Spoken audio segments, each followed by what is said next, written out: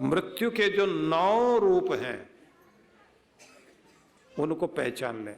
उनमें एक हो गया आवेश, इससे बचिए। दूसरी चीज असंयम,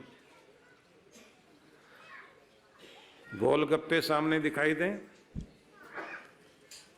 और तबीयत ठीक नहीं तो लालच में आकर आपकी जब जीभ लपलपाती हो खाने के लिए और आप उस पर कंट्रोल कर लें तो समझना चाहिए आपको तप करना आ गया। और इस तप में जब सफल हो जाता है व्यक्ति तो कहते हैं संयमित जीवन हो जाता है। तो संयमित जीवन मृत्यु की पकड़ से ऊपर उठ जाता है।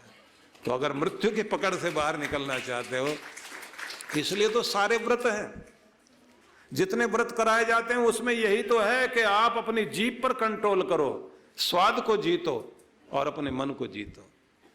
तो पहला आवेश, नंबर 2 पर आ गया संयम अपनाओगे तो मृत्यु से बचोगे और असंयम जो है वो मृत्यु का दूत है।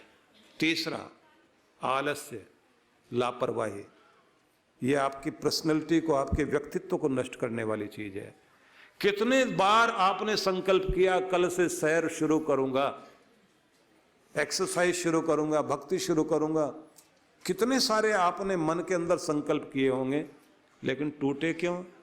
थोड़ा सा आलस्य। सुबह सुबह जब आप सर्दियों के दिनों में चादर ओढ़ के सोए पड़े होते हैं, कंबल ओढ़ करके, अलार्म भी बज जाए तो भी आप क्या कहते हैं, अभी उठता हूं 10 मिनट में। और जब आप उठते हैं पता लगता 2 घंटे हो गए। और ऐसा करते करते कितना समय बीत गया, इतने सारे सालों तक आप सोचते ही रह गए।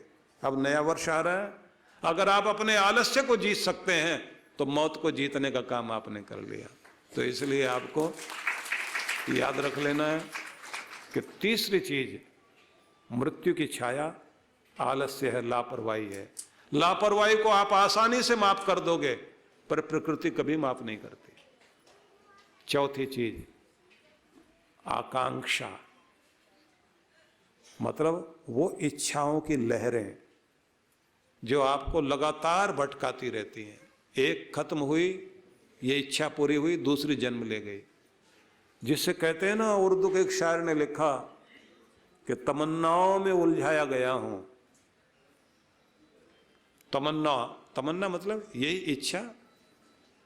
तमन्नाओं में उलझाया गया हूं, खिलौने दे के बहलाया गया हूं।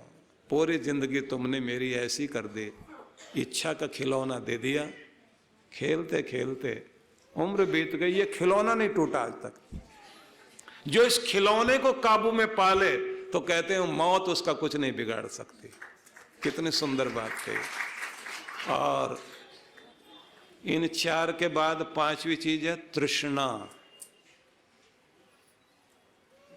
याद रख लेना, दुनिया में एक चीज है जो हमेशा बढ़ती है और एक चीज हमेशा घटती है, और एक चीज घटती और बढ़ती है, और एक चीज ऐसी जो ना घटती ना बढ़ती। अब उनको चारों को याद कर लीजिए। कुछ तो याद करके जाओगे ना यहां से। जो निरंतर बढ़ती है वो है तृष्णा, और जो निरंतर घटती है वो है उम्र। उम्र घटती जाती है, तृष्णा बढ़ती जाती है। एक चीज ऐसी भी है जो घटती भी है और बढ़ती भी है, वो क्या है? मन। मन एक जैसा कभी नहीं रहता, कभी घटेगा कभी बढ़ेगा। लेकिन एक चीज दुनिया में ऐसी भी है जो ना घटती है ना बढ़ती है, वो है विधि का विधान, परमात्मा का विधान। वो कभी घट नहीं सकता ना बढ़ सकता, एक जैसा है, अटल है और अटल ही रहेगा। इसलिए याद कर लीजिए कि तृष्णा बढ़ती ही जाएगी और मौत तक ले जाएगी। कमाओ, आगे बढ़ो, लेकिन ध्यान रखो कहीं तृष्णा के चक्कर में तो नहीं है, 99 के चक्कर में अपने जीवन को खराब तो नहीं कर रहे हैं। धन कमाते कमाते कहीं सेहत तो नहीं कमा रहे हैं, शांति दांव पर तो नहीं लगा रहे। अपने बच्चों का वो कीमती समय जो आप अपने बच्चों को दे सकते थे, जो फिर वापस नहीं आएगा, अगर आप कमाने के चक्कर में आपने वो सब दांव पर लगा दिया तो समझ लेना कि आपने कमाया नहीं, गंवाया है। अगले 2 बातें और याद कर लीजिए, ये तो जो बताता जा रहा हूं। उसके बाद है अविवेक। अविवेक बहुत प्यारी बात है ये, ना समझी, इग्नोरेंस, इसको भी मौत का दूत माना गया। और उसी के साथ में भय और चिंता। चिंता दीमक की तरह खाती इंसान को। जिस पेड़ को 100 साल के पेड़ को तूफान नहीं गिरा पाया, दीमक उसकी जड़ों को खोखला कर दे, बिना आंधी पानी के ही गिर जाएगा नीचे। जिस सेनापति ने दुनिया के बड़े बड़े किले जीते हों, लेकिन घर का या परिवार का या कहीं का भी कोई एक क्लेश जीवन में आ जाए और कोई चिंता आ जाए, उस सेनापति को भी उठा करके नीचे गिरा देगा। क्योंकि चिंता से बढ़कर दीमक दुनिया में कोई नहीं।